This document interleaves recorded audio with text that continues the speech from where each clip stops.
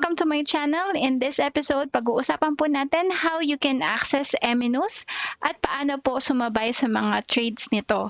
So, if you have already connected your Telegram account sa iyong economy portal, you can proceed sa step na to. If not, please watch my video on how to connect your account sa Telegram. Kasi hindi po gagana yung Telegram link na to if hindi mo na-connect ang iyong Telegram account sa economy. So, first is go to your portal and then click this Forex tab. Tapos, click nyo tong Eminus at mapupunta po kayo here. And then, just click this Telegram link at mapapadpad po kayo dito at makaka-join ka. So, if nagamit mo na yung link, kagaya ko, hindi na siya gagana. So, hindi mo yan pwede i-share sa ibang tao kasi once lang siya gagana. Now, mapupunta ka here at makikita mo may mga trade ideas na ganito. So, teka lang, ipakita ko sa inyo yung Telegram. So, ganito po ang laman ni Eminus. And, si Eminus English, ganito yung itsura niya. By the way, merong Eminus US30, Eminus Trade Ideas, tsaka si Eminus na Espanyol. So, si Eminus English, ito siya. Saan na yun? Eminus English, yung siya si Eminus Trade Ideas na ito po. Yan yung mga signal na nakukuha natin na pwede natin i-copy-paste sa ating platform para tayo makapag-trade. Now, ako po, ang favorite ko po is si Eminus US30.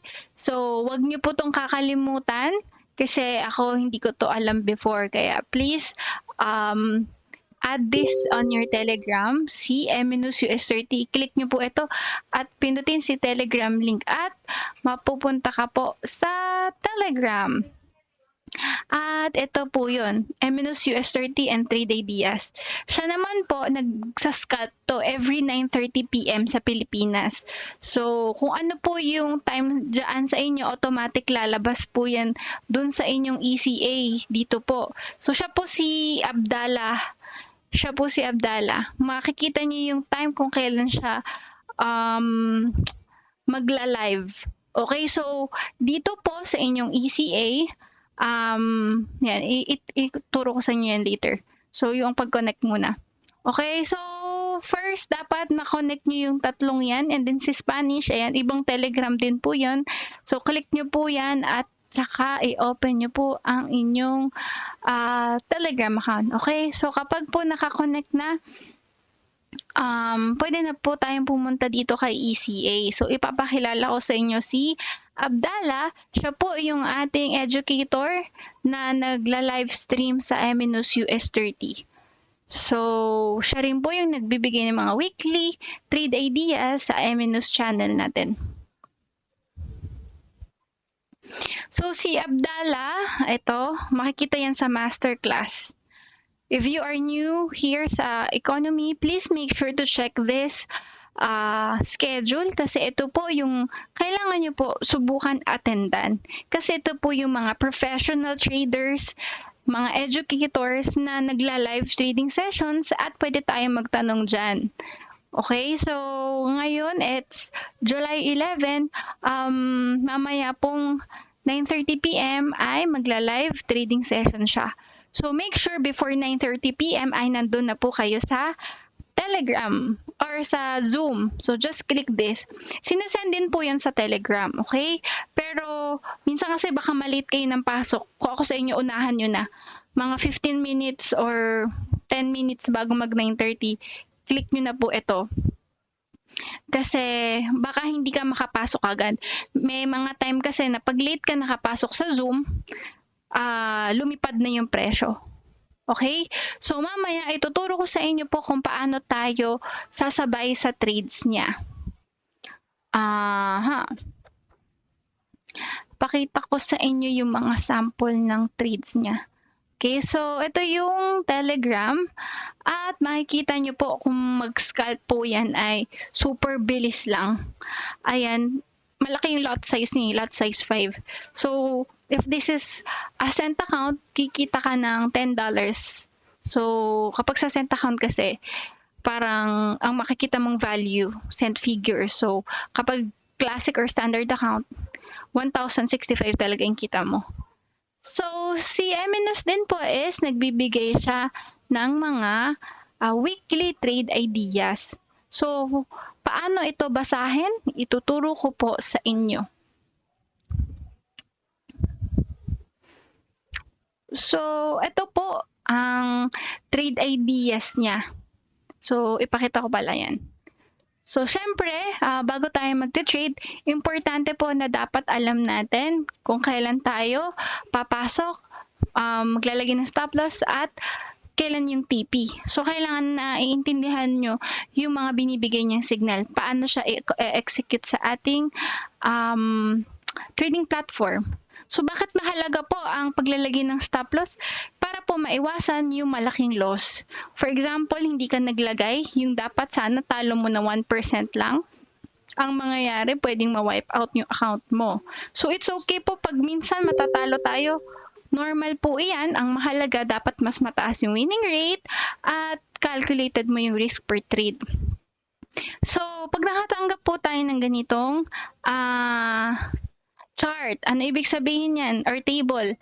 Ito po yung mga pairs na pwede nating i-check. At ito po yung order na pwede nating gawin. Ano ibig sabihin ng buy after week? Yung week, pag sinabing week yan, yung buntot na yung shadow. Mamaya pakita ko sa chart. Tapos ito yung mga entry points. Ika-copy paste lang po natin yan sa ating account.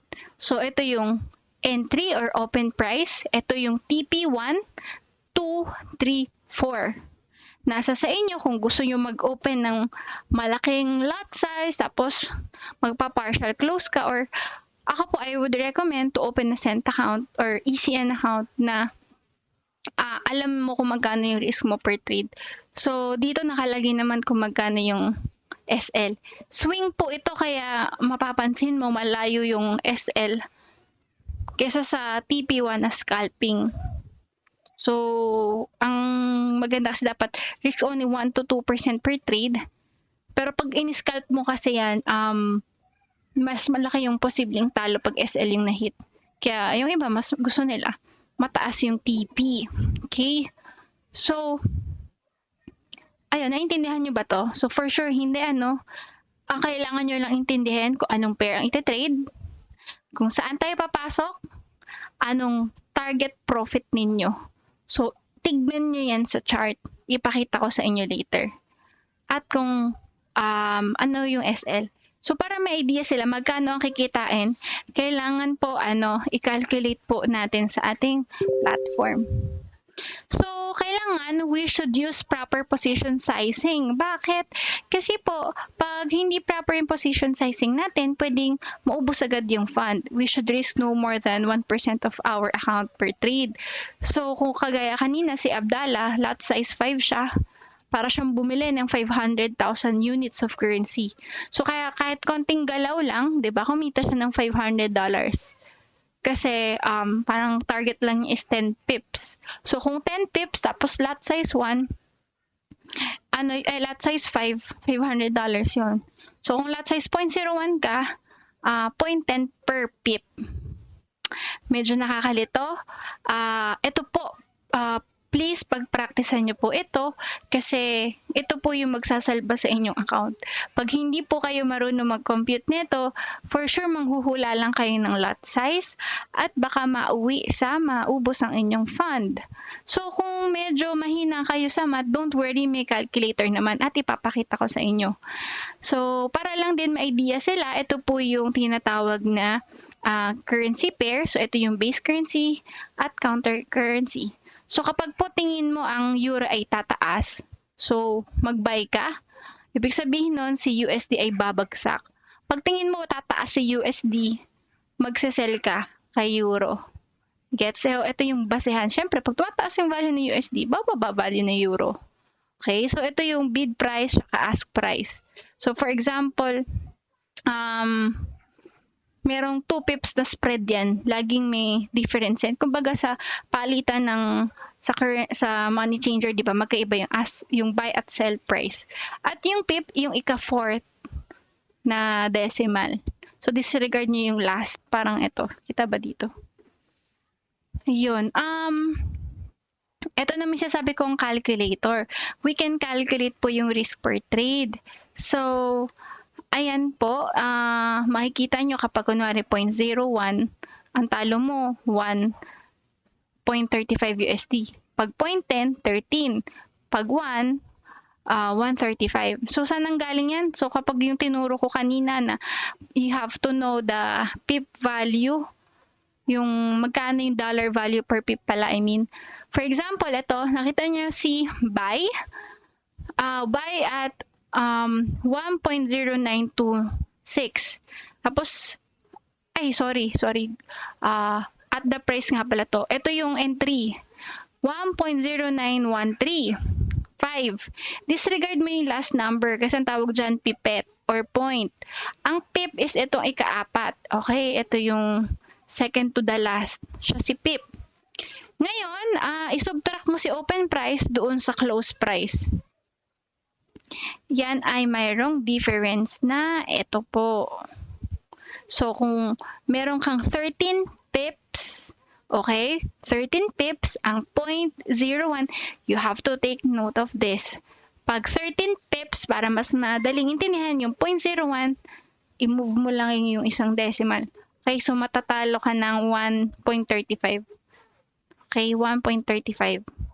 Kapag naman ito, isubtract mo po itong TP tsaka open price, ang distance po nilang pag sinukat mo is 315 points or 31 pips.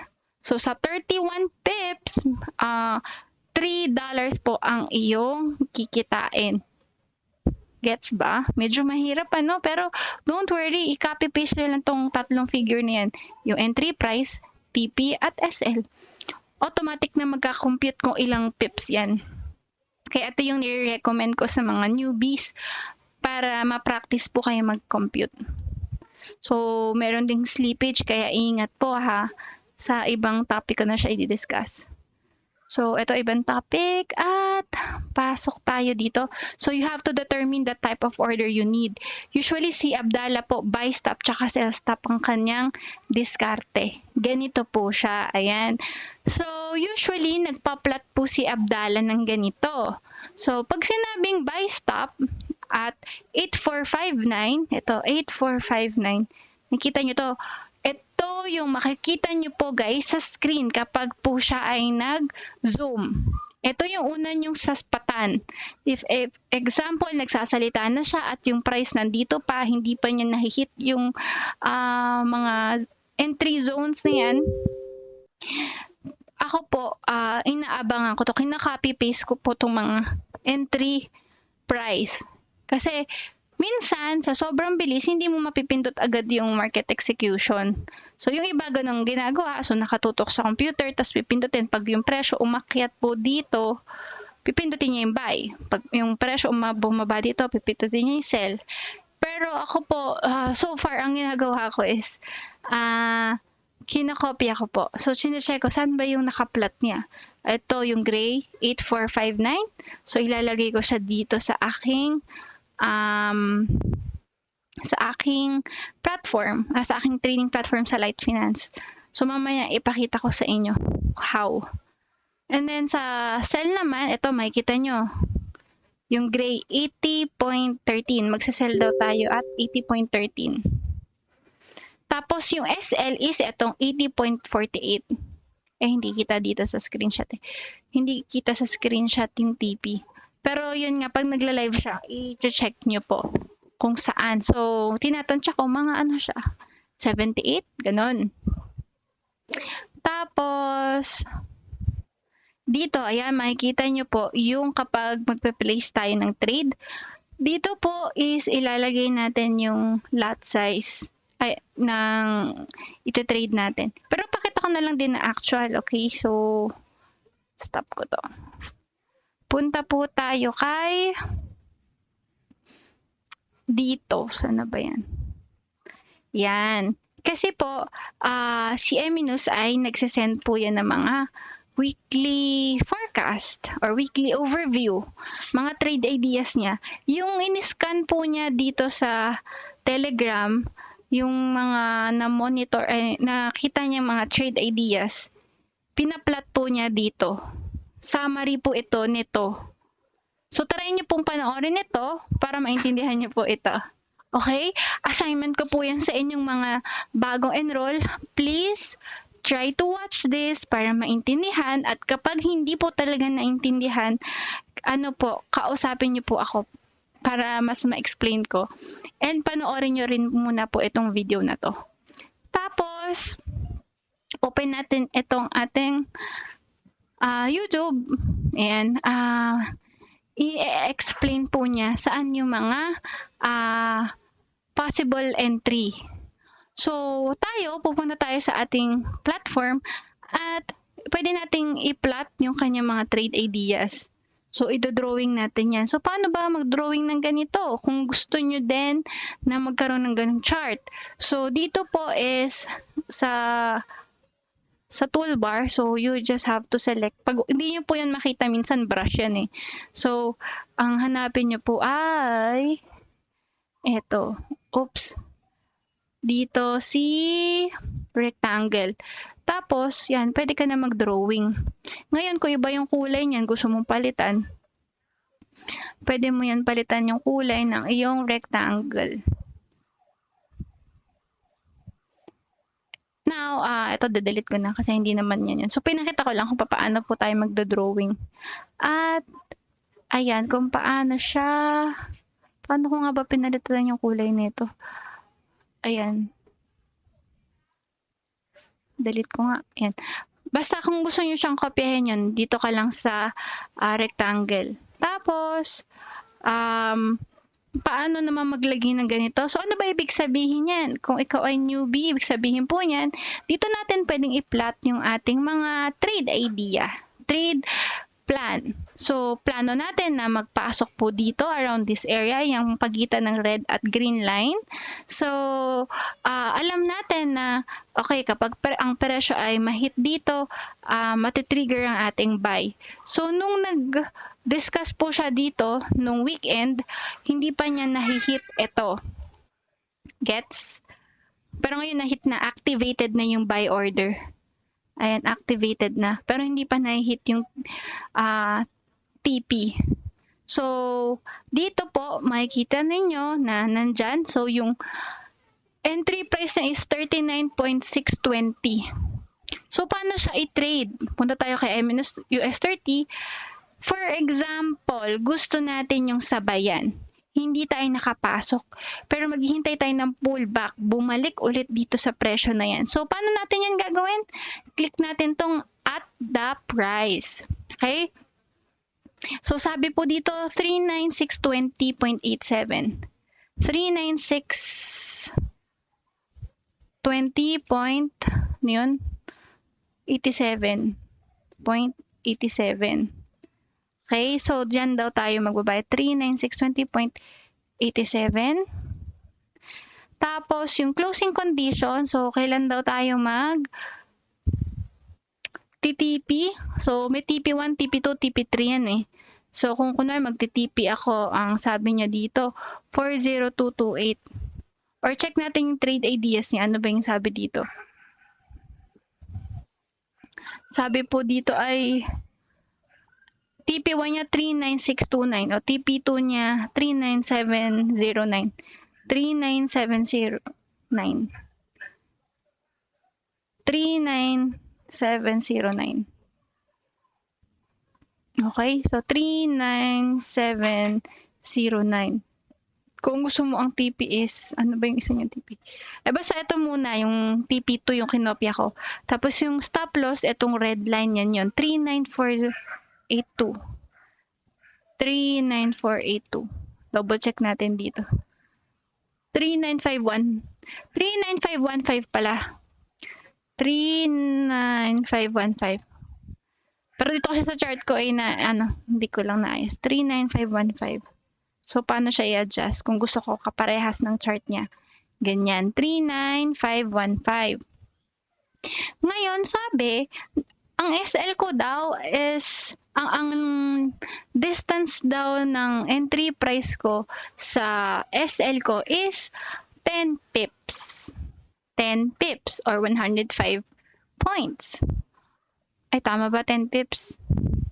105 pips pala. So, ngayon, kapag 0.01, matatalo daw ako ng $10. Kasi po, malayo yung entry price dito sa SL. Ngayon, paano kapag ang fund mo is $100 lang? Ite-take mo ba yung trade na to? $10. Are you willing to risk 10% of your fund? So, if your answer is no, wag mo yan ite-take sa classic account or ECN. Si Abdallah po is using ECN account kasi mas tight yung spread. Pero kung gusto nyo talagang sabayan, mag-cent account na lang kayo. And you can trade 0.10. Para yung talo mo dyan is, ano lang, 105 cents or $1.5. So, pag cent account kasi nagiging cents yung figures. Medyo mahirap intindihin pa yung bagay na yun. Pero, ito po guys, pinaka tatak nyo sa isip nyo. Bago nyo pipindutin yung trigger button, dapat alam ninyo yung possible na kung magkano ang matatalo ninyo. May tumatawag.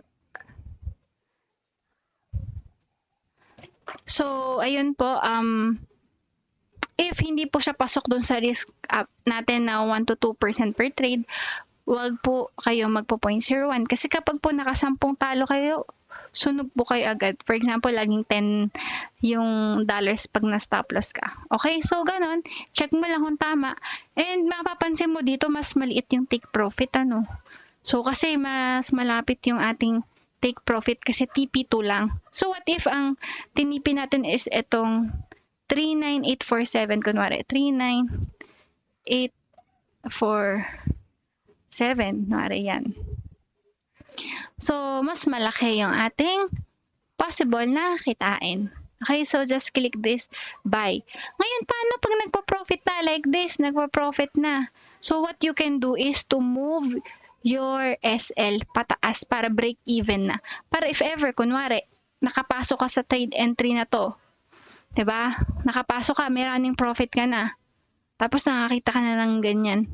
Pwede mong gawin, iusod mo yung ito para maka-take profit ka na ng kaunti or maka-break even ka na. Para kung magkaroon ng reversal or pullback, na-secure mo na yung profit. Kaya lang, ang risk kasi doon, minsan bababa dito, yung almost mahihit na yung SL mo, yung original SL mo, mahihit siya ng kaunti, tapos biglang lilipad. Pwedeng maiinis ka, ay sana pala hindi ko minove yung SL pataas. Kasi kung hindi ko minove yung SL pataas, di sana kumita pa ako ng mas malaki. Ay, hindi nyo pala nakita yung screen ko, sorry. Hindi pa ako nagsasalita. Ulitin ko ha, kita ba? If ever, kunwari, ito guys, kita po ba to? Kung kayo ay nag-trade po dito, kita ba yung aking... If ever kayo ay nag-trade po dito at nakapasok ka dito sa order na to, at may running profit ka na, tapos, ang pwede mong gawin, yung SL mo na dating nandito sa area na yan, nasa 39499, kung pwede mo siyang itaas dito sa break even or sa konting taas, para if ever ma-hit siya, na-secure mo na yung profit. Okay? Ngayon, ang risk lang po nun, what if biglang, kung hindi ka sana nag-move naman ng SL, ito naman yung posibleng mangyari. So, nag-set ka ng SL dito, bumaba yung presyo dito, hindi ka nag-change ng SL mo na original, tapos siya ka nag-reversal, tapos na-TP hit. Pwede yun. Parang ganito yun, oh. Yan, di ba? Umakyat, tapos bumaba, muntik mahit kunwari yung SL mo, tapos, pero tumaas pa pala uli. So, ganun siya. Minsan, iinisin ka lang ng SL. Minsan naman, hindi mahihit yung TP mo. Like, for example, konting pips na lang, mahihit na si TP3.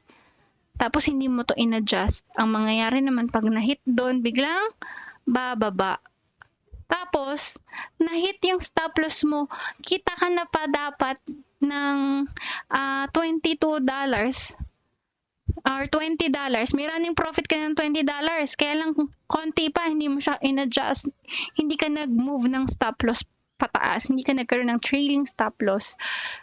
So, na-wipe or nawala, na-dissolve yung $20 mo sana. Kasi hinintay mong ma-hit yung TP. Tapos, ang nangyari, nagka-reversal, na-hit yung stop loss, talo ka tuloy ng $10. So, alam mo yung pa pwedeng gawin doon. So, kapag may running profit ka na, kunwari, nagiging, na siya, $15 or $20, move mo na po yung stop loss pataas. But if ever magka-reversal at ma-hit, okay lang. So, kaya kailangan, meron kang trade plan. Lagi mo iisipin, ano kaya mangyayari if ang presyo umakyat dito? Ano yung TP mo? Kailan ka mag-exit? If ba magkaroon ng pullback, okay lang ba sa'yo na ma-hit yung SL mo o i-move yung break, i-move mo ba dapat yung stop loss? Yung mga ganong condition. Okay, so kunwari ito, nag-plot tayo ng sell entry. So nakaabang tayo na if ang presyo ay babagsak daw dito, ayan, pwede tayo mag-sell. So ganito, click natin itong buy, meaning magbabuy tayo kapag po bumaba yung presyo dito. Okay, so pwede tayo mag-place ulit ng next order. Let's say banda rito po, so nakita natin na ang entry price ay kunwari, ito po, 38926. Or may nakita ka sa chat, okay, sell, sell at 38933. Ayan, ganito, sell at 39833. Tapos, SL daw natin, 38986. 389. 38986.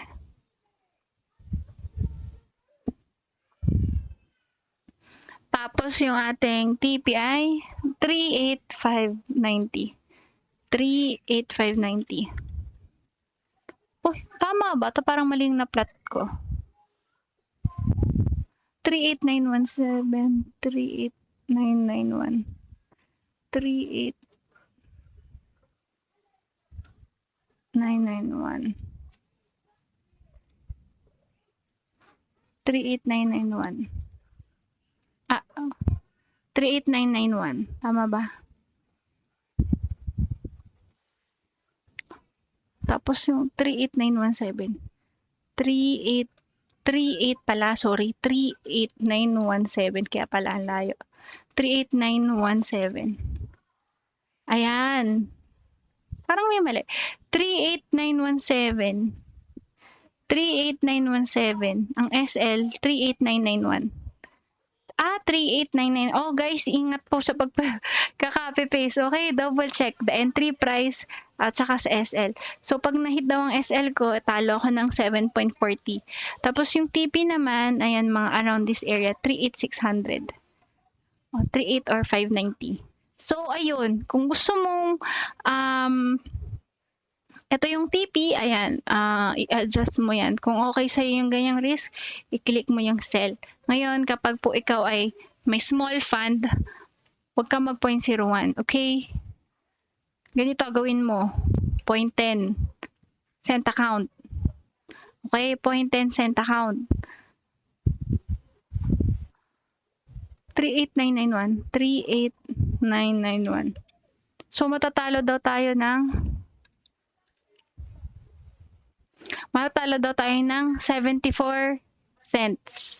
Okay? Cents. Pag nakita nyo 0.10, meaning matatalo daw tayo ng 74 cents kung nasa cent account ka, which is equal to $7.74. But if you are trading 0.10 sa classic or standard account, you are risking $74 for this particular trade. Take note, this chart po is nasa daily chart.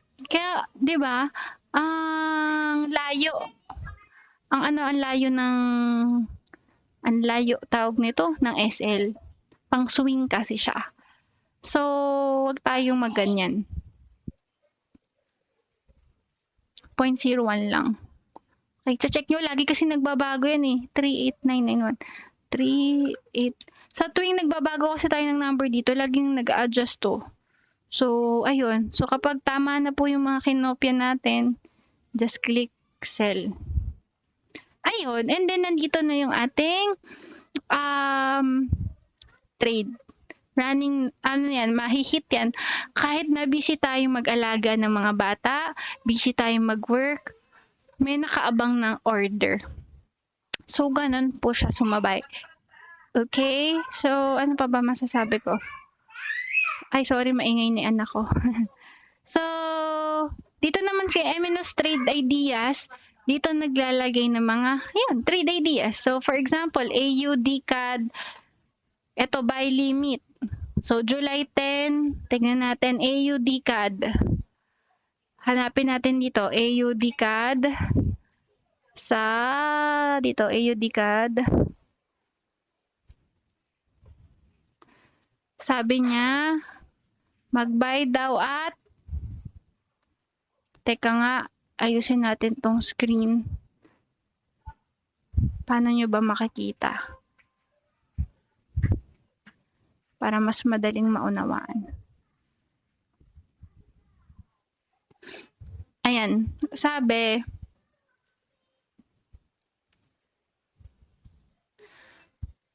tayo ay mag-buy limit at 0.91700. 0.91700. Paste mo, 0.91700 SL. Ito, ay umiyak na siya.